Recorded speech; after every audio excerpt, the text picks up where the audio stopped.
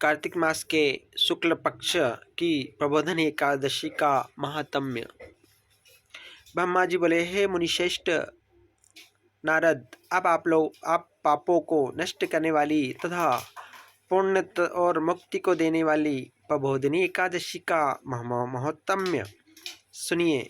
इसे देवोत्थानी एकादशी भी कहते हैं।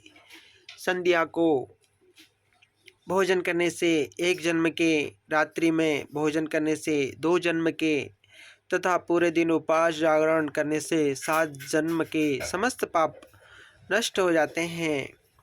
अनेक पूर्व जन्म के किए हुए बुरे कर्मों को यह प्रबोधनी एकादशी का व्रत क्षण भर में नष्ट कर देता है। समस्त तीर्थों में तथा गो, स्वर्ण, भूमि आदि के दान का फल कार्तिक मास के शुक्ल पक्ष की प्रबोधनी एकादशी के बराबर होता है।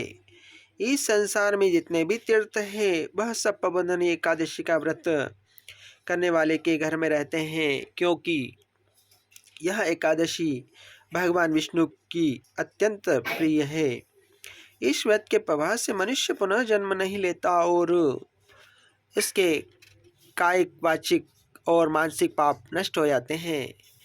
इस एकादशी के दिन जो दान, तप, होम, यज्ञ आदि करते हैं उन्हें अक्षय पुण्य मिलता है।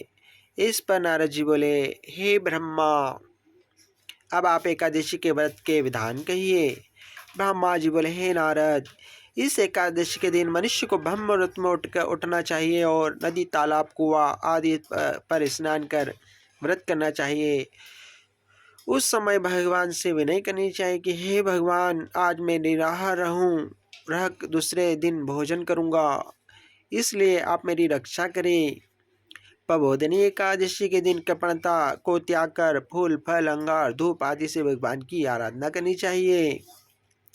शंख के जल से भगवान को अर्घ्य देना चाहिए। बिलपत्र, तुलसी दल, पूर्वा दल, कदम्ब, सफ़ेद, लाल कनेर, वकुल, अशोक, चंब, कैतकी, पीत व रक्तवर्ण कमल के पुष्पों से भगवान विष्णु की पूजा करनी चाहिए।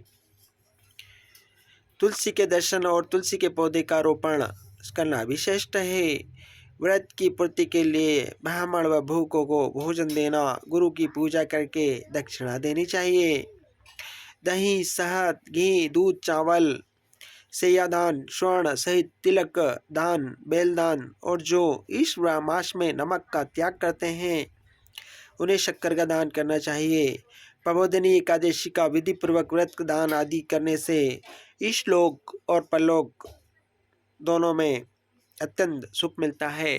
ओम नमो भगवते वासुदेवाय नमः।